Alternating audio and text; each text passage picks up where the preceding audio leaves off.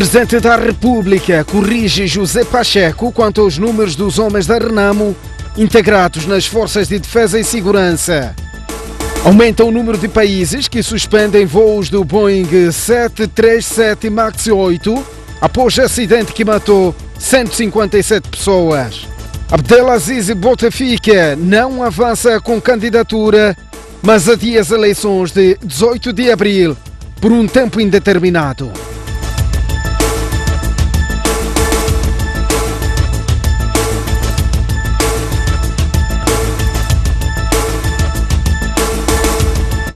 Muito boa noite, este é o Jornal. O Presidente da República corrigiu o Ministro dos Negócios Estrangeiros e Cooperação sobre o número dos homens da Renamo integrados nas Forças Armadas de Defesa de Moçambique. Filipe News confirma a integração de apenas 14 homens. Já estão integrados, ou pelo menos já estavam há uma semana atrás integrados 400 oficiais da Renamo nas Forças Armadas de Defesa de Moçambique.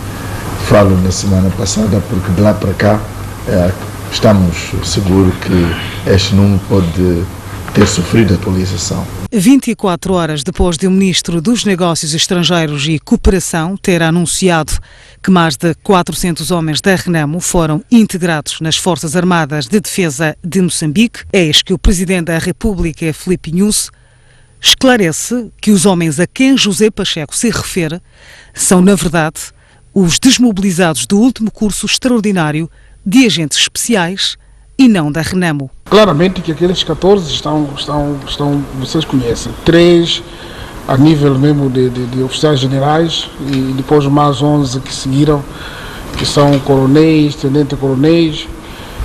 Esses definitivamente estão, não diria ter integrado, porque eles já estão dentro das Forças Armadas de Defesa de Moçambique. Recentemente nós tivemos, vocês acompanharam-me para o encerramento do grande curso Matalana, onde mais de 2.000 pessoas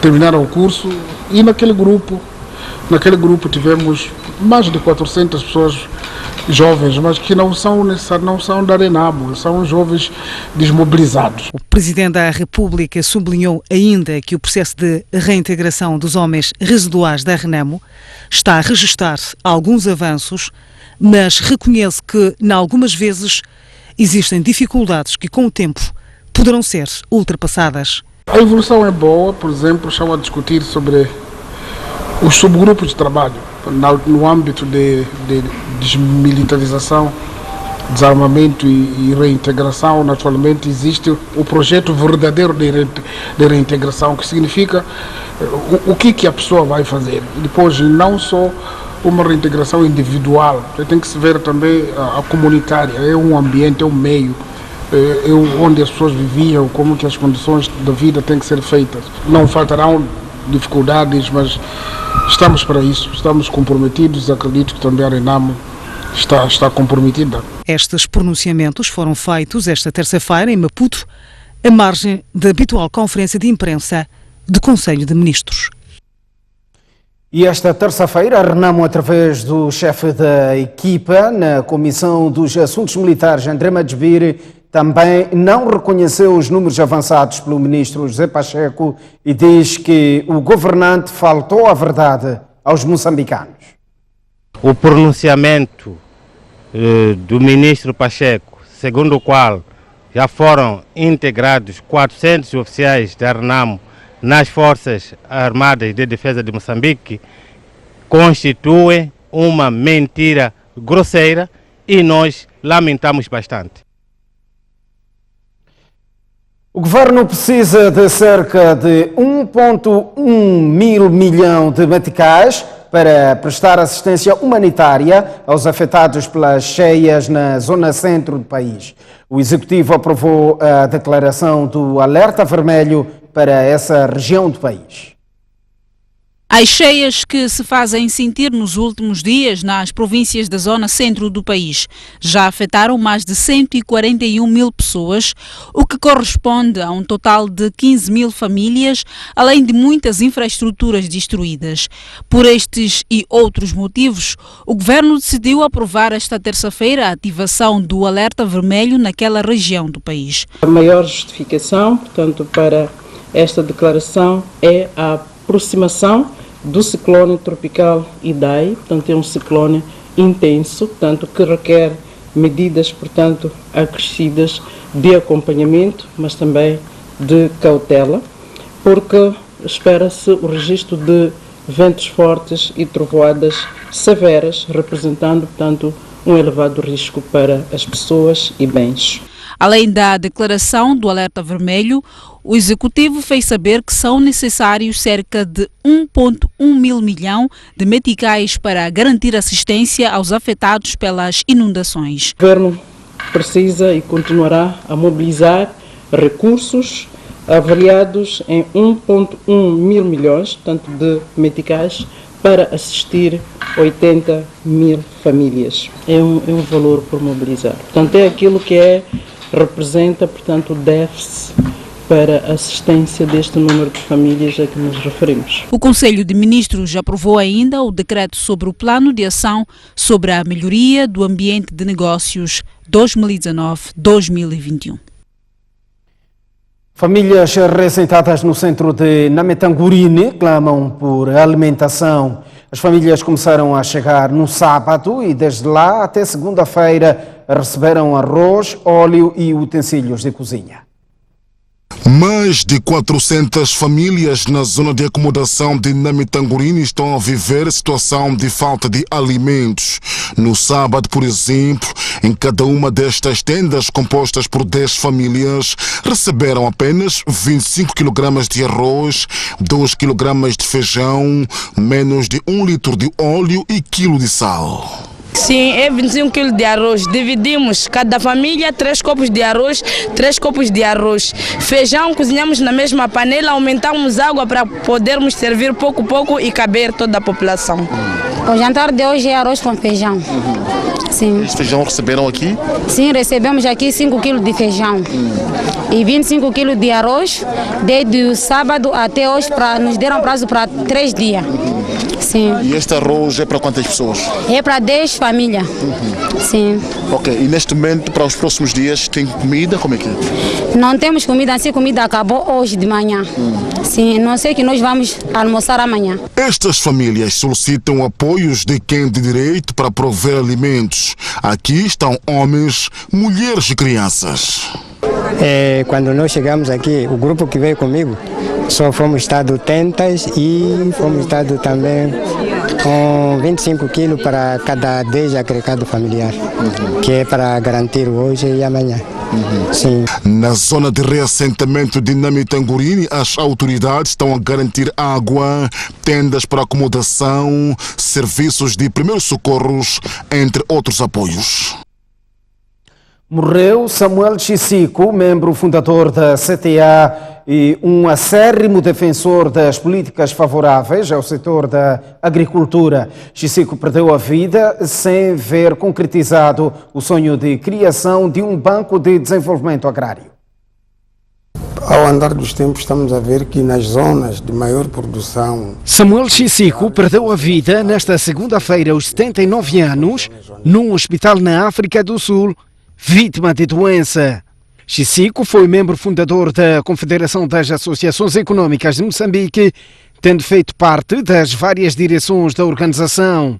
Chegou a vice-presidente da CTA para a região sul e presidente do Pelouro da Agricultura. Foi também presidente da Federação Nacional das Associações Agrárias. Chisico notabilizou-se pelas suas intervenções na defesa de políticas públicas favoráveis ao desenvolvimento da agricultura, em particular o apoio aos agricultores nacionais.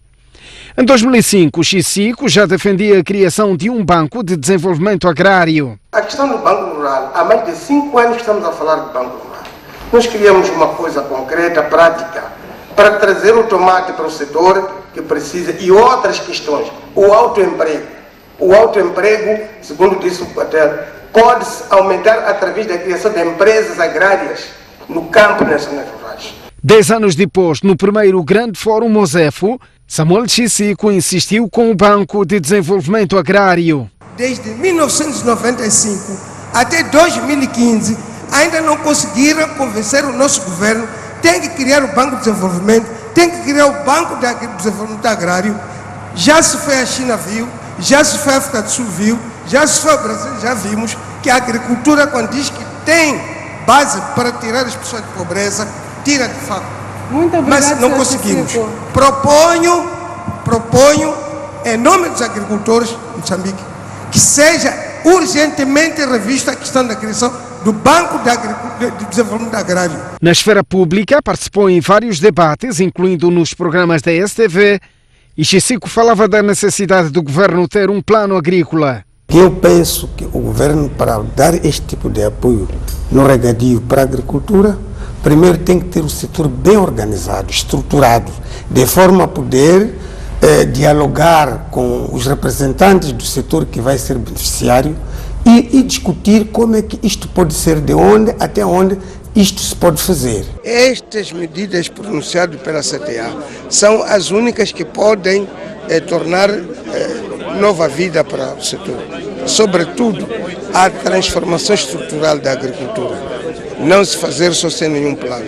A agricultura tem que se fazer com um plano concebido pelo governo e pelos agricultores para alcançar as medidas necessárias para a segurança alimentar. Nós pensamos que a agricultura é a base para tudo, mesmo para a paz.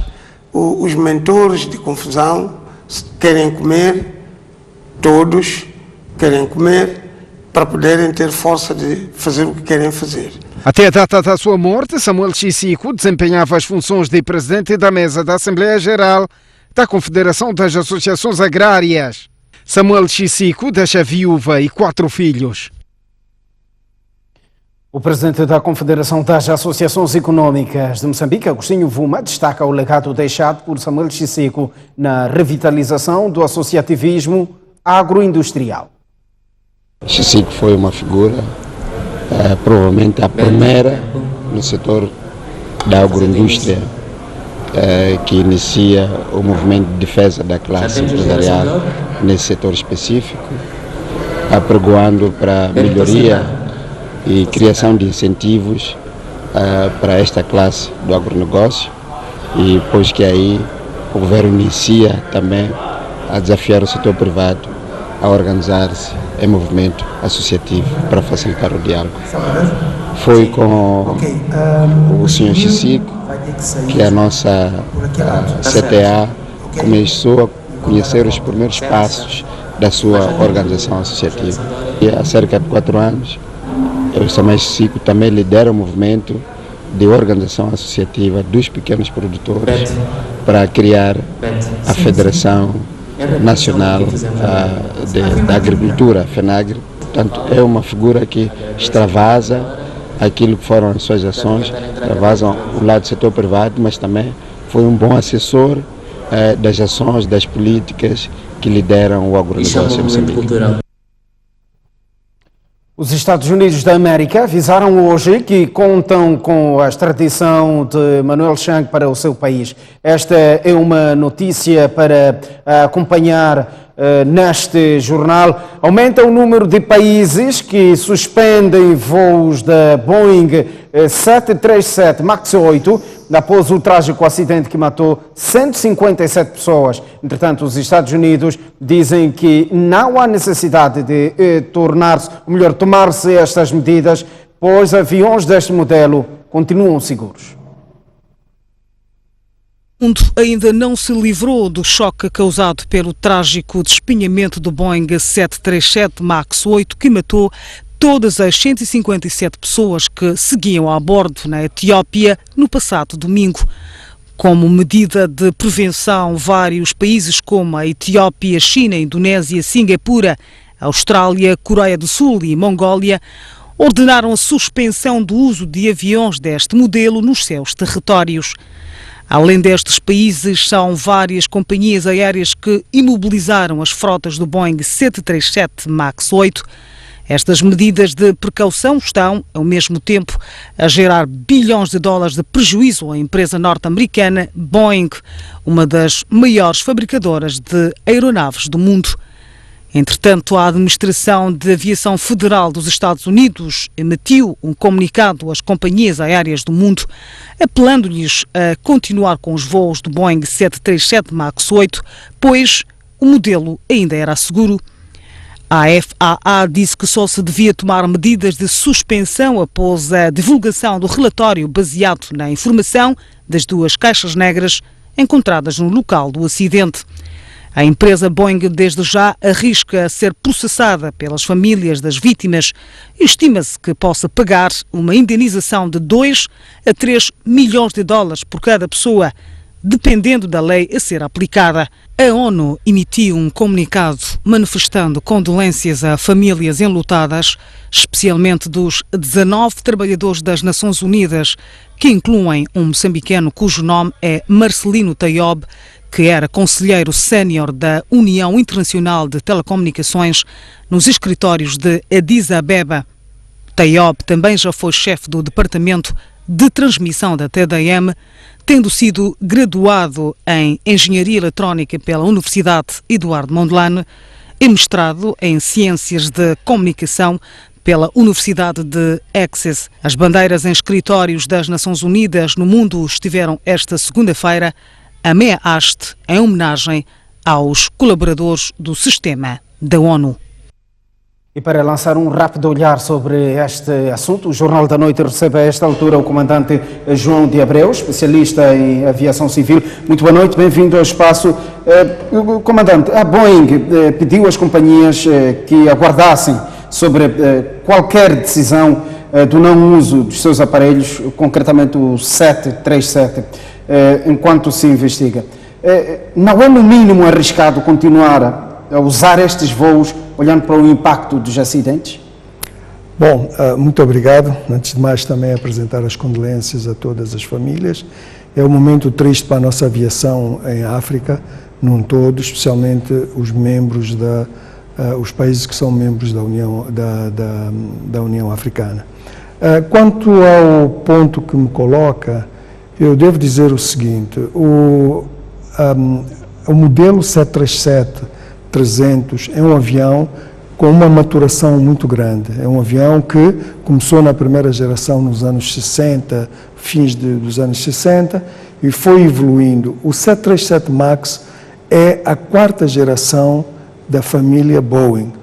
Então, ele é um avião que incorpora toda a tecnologia, toda a experiência de maturação dos modelos anteriores até chegar a este ponto. Agora, carece um pouco de reflexão para podermos perceber porque é que a Boeing toma esta decisão. O que se passa é que os primeiros eram analógicos, os primeiros aviões eram analógicos, depois mais tarde veio os sistemas eletrónicos e depois entrou na fase do sistema computadorizado. Este avião é, por excelência, um avião quase todo ele computadorizado. Agora, tendo em conta que as companhias e alguns países suspenderam a operação do 737 MAX, tem um bocado a ver com aquilo que é o poder de cada país e de cada companhia de colocar os aviões no chão para, de certa maneira, ir fazer uma avaliação adequada.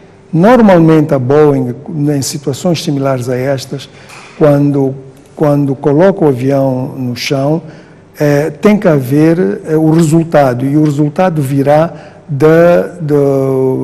da chamada caixa negra, que é o DFDR, onde sairão os resultados todos. Isto leva dias. Okay. Não é uma coisa até porque as caixas negras já foram encontradas. Até que ponto é que este passo irá ajudar a desvendar todo este...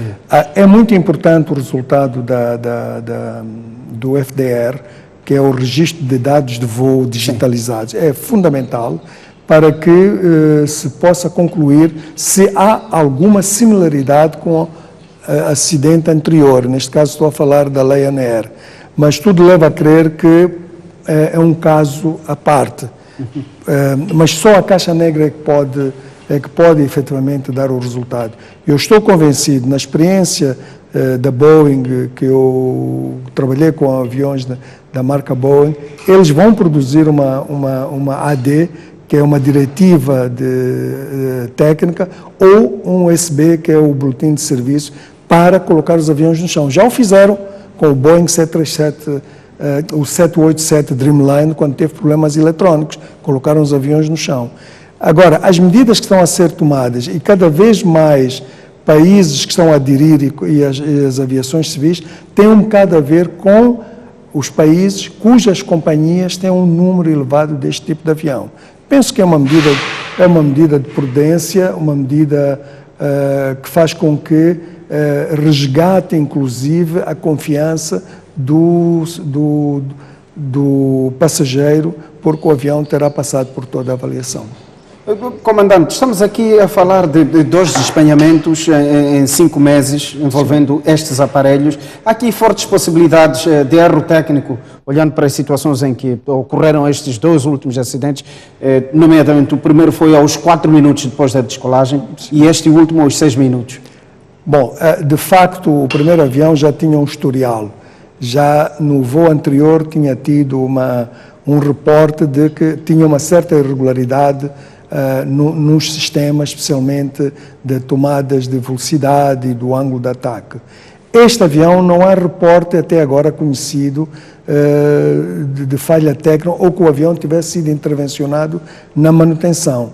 A única informação que nos chega é aquela em que aparece que diz que o piloto, logo após a descolagem, nas gravações da torre, declarou estar com alguma dificuldade do controle da aeronave. Podemos crer que o piloto estava a dar alguns inputs que provavelmente não estavam a ser respondidos claramente. Mas, como eu digo, é prematuro, de facto, qualquer afirmação sem antes aguardarmos os resultados do FDE, do Digital Flight Data Recorder. Prematuro é também falar sobre responsabilização, mas até que ponto é que a Boeing iria arcar com as responsabilidades para com os familiares das vítimas? Bom, nós temos que dividir isto em 2 partes. A primeira parte é que ocorreu um acidente, existem 2 convenções internacionais que protegem o passageiro. É a Convenção de Varsóvia. Há países como nós que temos também a Convenção de Montreal, que é aquela que defende os interesses dos passageiros e dos seus familiares.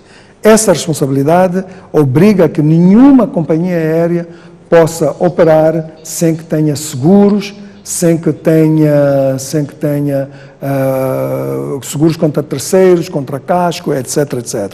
Esta responsabilidade está lá, está garantida, tem que ser ativada e a companhia que sofreu este acidente, no caso da Ethiopian Airlines, terá que ativar e as companhias de seguros internacionais a que ela está assegurada vai ter que indemnizar. A segunda é falar da Boeing. A Boeing, neste momento, enquanto não aparecer nenhum resultado que venha dizer que há uma falha técnica ou que o acidente foi resultado de uma falha técnica material ou digital ou eletrónica, a Boeing não pode ser, de momento, processada. Okay. Não pode ser. E nestas condições, quem é que é responsabilizado? Neste momento que estamos a falar, logicamente que o operador é o primeiro, porque o acidente ocorreu na companhia que opera aquele tipo de avião. Mas, se efetivamente se provar que houve uma falha técnica, logicamente que os familiares, incluindo a própria companhia que adquiriu aquele avião, poderá processar o fabricante da aeronave.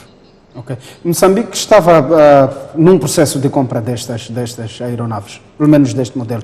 Ao não ser falha técnica, até que ponto é que há espaço para continuar com este negócio? Bom, deixe-me dizer que isso é um processo de sucessão. Os aviões que hoje voam, que nós vemos a cruzar os céus, é um modelo Boeing 737-700, 800, 900, NG, que é New Generation. Esta série era para ser substituída, ou é para ser substituída através do Boeing 737 MAX, que tem o 7, o 8, o 9, o 200 e o 10. Então, há uma série de aviões que vêm para substituir a geração NG, como o NG substituiu os clássicos.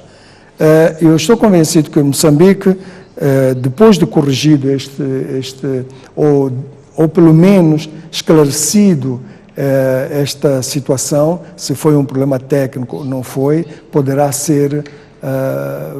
adquirir os equipamentos. Mas deixe-me dizer o seguinte, na região não há nenhuma companhia que opera o 737 MAX. Só há ainda 320 e tal aeronaves que estão a operar, mas nesses países, incluindo o Brasil, Brasil, a partir das 20 horas de hoje, a Golo suspendeu esta operação até que façam a inspeção de todos os seus equipamentos.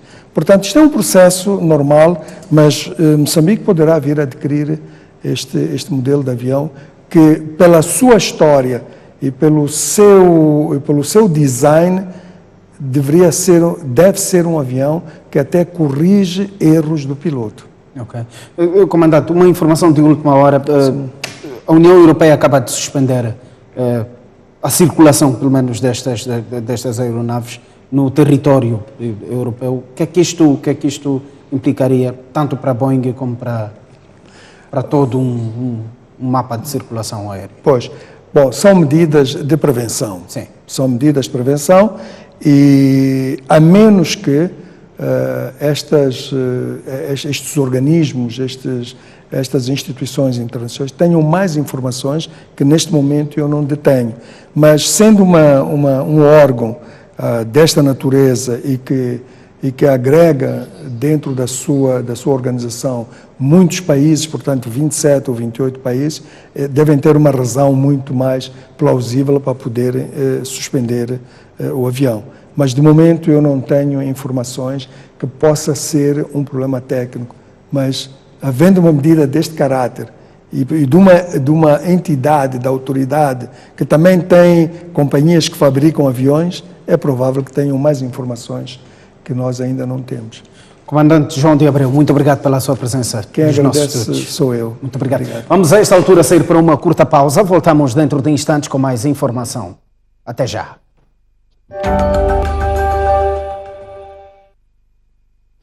Muito boa noite uma vez mais. Os Estados Unidos avisaram hoje que contam com a extradição de Manuel Chang para o seu país. O antigo ministro das Finanças é detido na África do Sul. A pressão de Washington surge num dia em que o número 2 da diplomacia norte-americana inicia visita à África do Sul. Numa altura em que os advogados de Manuel Chang travam uma batalha para evitar a extradição do seu cliente para os Estados Unidos, as autoridades norte-americanas lembraram esta terça-feira que o tratado de extradição que assinaram com a África do Sul deve ser respeitado. A pressão sobre as autoridades de Pretória foi feita pelo secretário de Estado adjunto do EUA para os assuntos africanos, Tibor Nagy. Nós assinamos um tratado de extradição com a África do Sul e contamos muito com isso, disse Nagy, numa declaração telefónica à imprensa citada pelo jornal Observador. O dirigente deixou claro que os Estados Unidos esperam que a África do Sul extradite Manuel Chang para o seu território, apesar de Moçambique também reclamar a extradição do antigo ministro das Finanças. Ainda esta terça-feira, as autoridades norte-americanas anunciaram que o vice-secretário de Estado inicia uma visita à África do Sul, com deslocações a Pretória e Joanesburgo.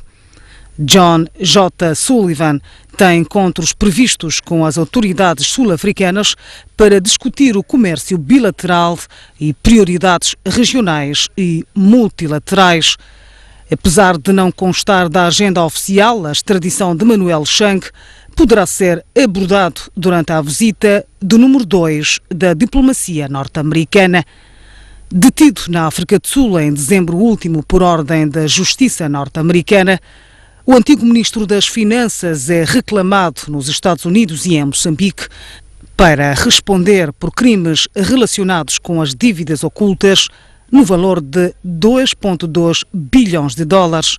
O governo de Maputo pediu diretamente ao ministro da Justiça da África do Sul a extradição de Manuel Chang para Moçambique, apelando à Pretória que tenha a consideração devida no assunto. Segundo o jornal online Notícias ao Minuto, citando a agência Lusa, o pedido consta de uma carta de 1 de fevereiro de 2019, endereçada pelo Ministro dos Negócios Estrangeiros e Cooperação de Moçambique, José Pacheco, ao Ministro da Justiça e Serviços Prisionais da África do Sul, Michael Tililo Massuda.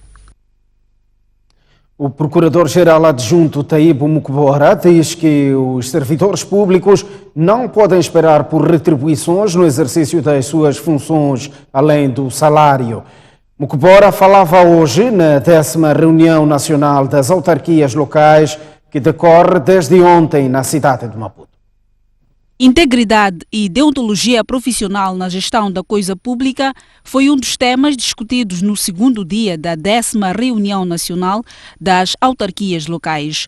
O orador foi o Procurador-Geral Adjunto Taibo Mukbora, que alertou aos participantes que para servir ao Estado de forma íntegra e ética não se pode ter segundas intenções e nem esperar gratificações. Não podem pedir comissões no ato da assinatura de contratos, não podem aceitar caminhões de presente no final do ano ou em data qualquer. É só o salário. O procurador lamentou as vezes em que os gestores guiam-se pelas suas vontades e não pela lei. Mukbora deu exemplo das situações em que se invoca a urgente conveniência de serviço ao invés de fazer um concurso público. Ajuste direto. Para quê? Lança concurso. Não era situação de ajuste direto. Para quê? Queremos também fazer nossos ajustes. Não pode. E porque a lei de probidade pública por vezes cria confusão aos próprios gestores da coisa pública, aproveitou a ocasião para explicar que ela resume-se em 2 elementos: moralidade pública e respeito pelo património público. O que a lei quer dizer é: gestor público seja íntegro, seja honesto e gira com lei e critérios transparentes o que é do povo. Taibo Mukbora recomenda a partilha de informações com os cidadãos sobre como os fundos públicos são geridos. Desta forma, poderão conquistar a credibilidade, condição essencial para uma boa governação. O grupo Qatar Petroleum vai adquirir com participação de 25,5% do bloco A5A do gás da bacia do Rovuma, do norte do Zambeze, o abrigo de um acordo assinado com a petrolífera italiana Eni. A Qatar Petróleo continua a marcar passos na exploração de recursos naturais em Moçambique. Depois de, em dezembro do ano passado, ter anunciado um acordo para a compra de 10% para a prospecção de petróleo no bloco A5B, na bacia de Angoche, o grupo volta a dar mais avanço. Desta vez, vai adquirir uma participação de 25,5% do bloco de águas profundas localizado na bacia do norte do Zambeze. Trata-se do bloco A5A, pertencente à italiana Eni, de acordo com um comunicado desta instituição. A Eni diz que a concretização do acordo ainda carece da aprovação do governo, mas calcula que depois do consentimento, as suas participações passarão de 59,5%, controladas através da sua subsidiária Eni Moçambique, para 34%. O CEO da Eni, Cláudio Descalzi, disse que este negócio representa um marco no âmbito estratégico que a Eni e a Qatar Petroleum comprometeram-se a fortalecer no que se refere à sua parceria em todo o mundo. O bloco em processo de venda tem uma área de 5.133 km² e uma profundidade entre 300 e 1.800 metros e foi atribuído ao Grupo Eni no âmbito do 5º Concurso Internacional de Prospecção e Pesquisa de Hidrocarbonetos lançado pelo Executivo de Maputo em Londres no ano de 2014. A pressão sobre as florestas nos últimos 4 anos, não só na exploração comercial da madeira, como também nos combustíveis lenhosos, ainda continua a contribuir para a degradação acelerada do meio. É uma conclusão do debate sobre a exploração florestal decorrido hoje na Beira. Ciente deste fato, o governo decidiu fazer alterações na atual legislação florestal com vista a encontrar instrumentos que permitam a exploração sustentável dos recursos florestais na área comercial, como também no combustível lenhoso, num horizonte de 25 anos. A maior preocupação do governo neste momento na área florestal é a contenção de devastação florestal, porque isto está a dar consequências nefastas. Neste momento que estou a falar, estamos à espera de um tornado.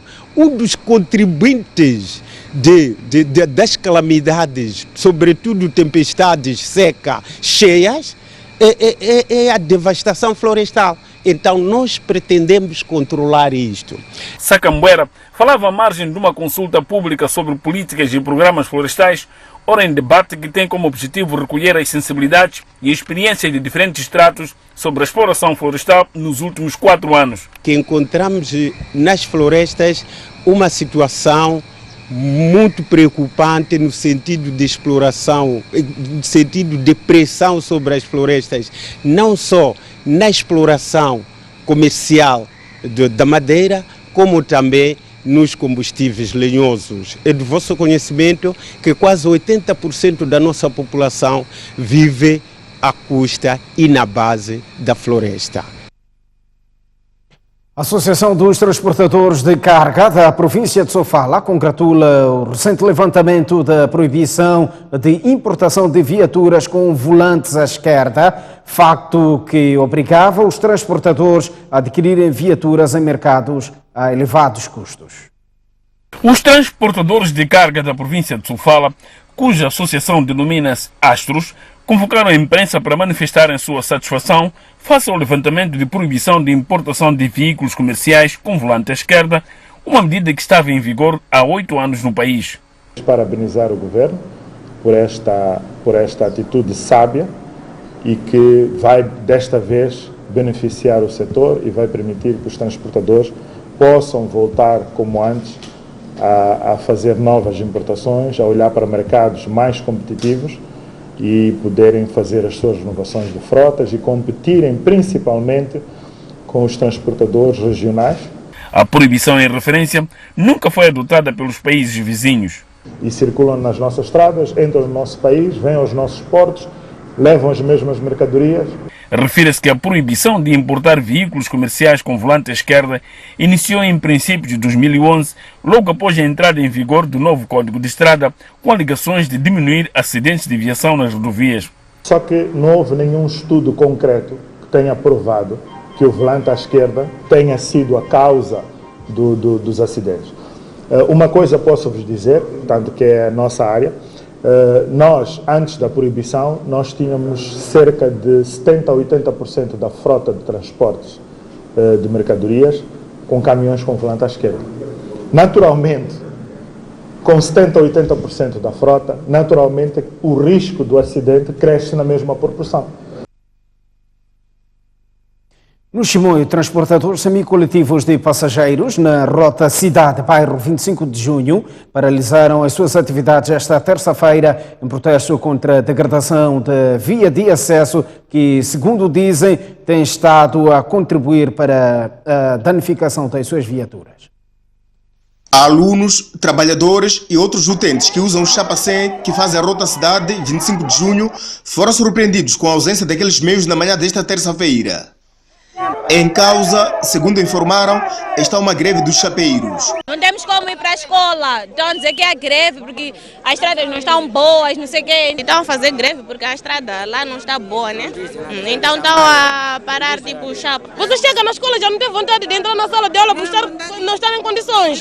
Por isso pedimos mesmo que aquela estrada esteja em condições. Os transportadores dizem que a degradação da estrada tornou-se insuportável e falam de prejuízos resultantes de avarias dos carros. Não sei se quer pôr pavês, quer pôr alcatrão, mas pelo menos para tapar aqueles buracos, o carro também precisa de investimento, peças, não peças. Há um dia carreguei um senhor com a esposa estava de grávida, então sentou a cadeira de trás do meu carro. Quando chegaram em casa, voltaram para o hospital. Daí a esposa teve aborto morto. O caos no transporte de passageiros naquela via levou o Conselho Autárquico de Chimoio a reunir de emergência para a busca de soluções. O projeto do município não é só minimizar, mas é pôr uma estrada para o bem da comunidade em todas as estradas que estão naquele estado. Mas também dizer que o município neste momento já está a tomar precauções, vamos tentar alocar umas viaturas para tentar minimizar a zona, enquanto esperamos umas conversas com os transportadores. Enquanto isso, o transporte de passageiros está a ser assegurado por um único autocarro disponibilizado pelo Conselho Autárquico de Chimoio. Mais um intervalo, mas antes o estado tem para as principais cidades moçambicanas. Maputo irá registrar amanhã uma máxima de 35 graus e uma mínima de 24, 30 graus de máxima para Xai-Xai e 23 de mínima. Inhambane terá uma máxima de 31 graus e uma mínima de 25. No centro do país, 35 graus de máxima para Tete e 23 de mínima, 28 graus de máxima no Chimoio e 17 de mínima. Beira, 31 de máxima e 25 de mínima, 31 também de máxima em Quilibane e 24 de mínima. No norte do país, a cidade de Lixinga irá registrar uma máxima de 27 graus e uma mínima de 15, 28 graus de máxima para Pemba e 24 de mínima. Nampula, 29 de máxima e 22 de mínima. Até já. Uma vez mais, muito boa noite. Estamos de volta ao jornal, agora para olhar o mundo. O presidente da Argélia não vai mais se recandidatar ao 5º mandato. Entretanto, Abdelaziz Bouteflika adiou as eleições de 18 de abril por tempo indeterminado. O presidente de 82 anos finalmente cedeu à pressão dos protestos de milhares de argelinos. Abdelaziz Bouteflika decidiu não mais se candidatar ao 5º mandato presidencial, tendo ao mesmo tempo adiado as eleições de 18 de abril sem anunciar a nova data. Os argelinos mostram-se satisfeitos com a decisão de última hora. Pouco depois, o primeiro-ministro renunciou ao cargo após Bouteflika ter prometido remodelar o governo. O presidente da Argélia está há 20 anos no poder e desde 2013 que tem feito poucas aparições públicas por questões de saúde que o obrigam a mover-se através de uma cadeira de rodas. O Parlamento Britânico vota hoje o acordo de revisão do Brexit de Theresa May. Entretanto, a União Europeia adianta que não haverá mais negociações se o acordo for chumbado. É esta terça-feira o dia em que o Parlamento Britânico aprova ou não o acordo revisto da saída do Reino Unido da União Europeia. A primeira-ministra britânica, Theresa May, fez na segunda-feira uma visita da última hora a Estrasburgo, onde reuniu com o presidente da Comissão Europeia, Jean-Claude Juncker. May assegura que as revisões feitas vão de acordo com as preocupações do Parlamento Britânico, destacando a redução dos riscos de um backstop permanente. Por sua vez, o presidente da Comissão Europeia mostrou-se incisivo, dizendo que não haverá terceira volta das negociações caso o Parlamento Britânico chumbe o acordo. Let us speak crystal clear. Deixe-nos ser claros sobre a escolha. É este acordo ou o Brexit pode não acontecer. Perante esta dura realidade, os deputados da Câmara dos Comuns têm uma profunda responsabilidade e uma escolha fundamental para fazer. Entretanto, há dúvidas de que os deputados britânicos deixem-se convencer com estas poucas declarações. Pelo menos o líder da oposição, Jeremy Corbyn, promete que o Partido Trabalhista vai reprovar o acordo. Na mesma linha de reprovação estão os liberais democratas e mesmo alguns conservadores. Agora o desporto. O Moçambique falhou o apuramento para o Mundial do Grupo A de hóquei em patins após perder com Angola por 5-3 na finalíssima do Campeonato Africano. Moçambique está fora do grupo das 8 melhores seleções do mundo, situação que não acontecia desde 2011. O hóquei em patins moçambicano sofreu um grande revés domingo com o afastamento da seleção nacional do Mundial do Grupo A da modalidade, prova a realizar-se em julho em Barcelona, na Espanha. Moçambique está desta forma fora do grupo das 8 melhores seleções do mundo e terá que jogar a Taça Ceres, uma espécie de segunda divisão. Esta queda acontece depois do sucesso alcançado em 2011 na Argentina, quando a seleção nacional ocupou o histórico 4º lugar. e também da 7ª posição registada nos Campeonatos do Mundo de 2013 em Angola e 2015 na França. Em 2017, Moçambique ficou em 8º lugar no Mundial de Patinagem, competição realizada na China. Portanto, há 8 anos que a seleção nacional mantinha-se entre as 8 melhores seleções do mundo. A seleção nacional teve pouco tempo de preparação para o campeonato africano, para além de que apenas 5 atletas que evoluem em Portugal se terem apresentado na prova com maior ritmo competitivo. Os atletas que jogam em Moçambique não tinham ritmo até porque as provas nacionais ainda não iniciaram e, com a exceção de Kevin Pimentel, nunca haviam participado numa prova de grande dimensão como o campeonato africano. Contrariamente à realidade angolana, a seleção nacional disputou o campeonato africano sem que as provas internas tivessem iniciado. Esta situação limitou o selecionador nacional Pedro Nunes, que se viu limitado para fazer a rotatividade dos jogadores mais experientes. Lembre-se que o campeonato africano de hóquei em patins estava agendado para novembro de 2018 em Maputo, mas a prova foi entregue a Angola por alegada falta de condições logísticas para o país acolher o certame. O ex-internacional moçambicano Afonso XV aponta fraca preparação como uma das causas do descalabro da Seleção Nacional de Hóquei em Patins. O nosso desporto tem que ter pessoas que olhem para a modalidade. É a convicção de quem já integrou a Seleção Nacional de Hóquei em Patins, modalidade que pratica há mais de 20 anos. Afonso XV, atualmente a representar a Académica, assistiu, no último domingo, à derrota da Seleção Nacional de Hóquei em Patins diante de Angola por 5-3 e não tem dúvidas, muita coisa falhou na abordagem do último africano. O hóquei não é sair daqui de hoje para um campeonato africano. O africano tem que se preparar de 3, 4, 5 meses. Nossa preparação foi muito pouco, né? Treinou-se aqui, eu acho que uma semana, sem condições, as condições. O guarda-redes, que atualmente representa a Académica, sugere também algumas mudanças urgentes na equipa técnica. Nós temos que mudar a parte técnica da Seleção Nacional de Hóquei, aqui da parte de Maputo, de Moçambique. Nós temos que mudar, temos que pôr outras pessoas. Eu penso que o Kiko seria, para mim, melhor como selecionador nacional. Entretanto, como segundo colocado do último africano, a Moçambique vai participar do Campeonato do Mundo do Grupo B, designado Taça Intercontinental. Está tudo visto no jornal. Gratos pela atenção dispensada. Novo encontro numa próxima ocasião. Até lá.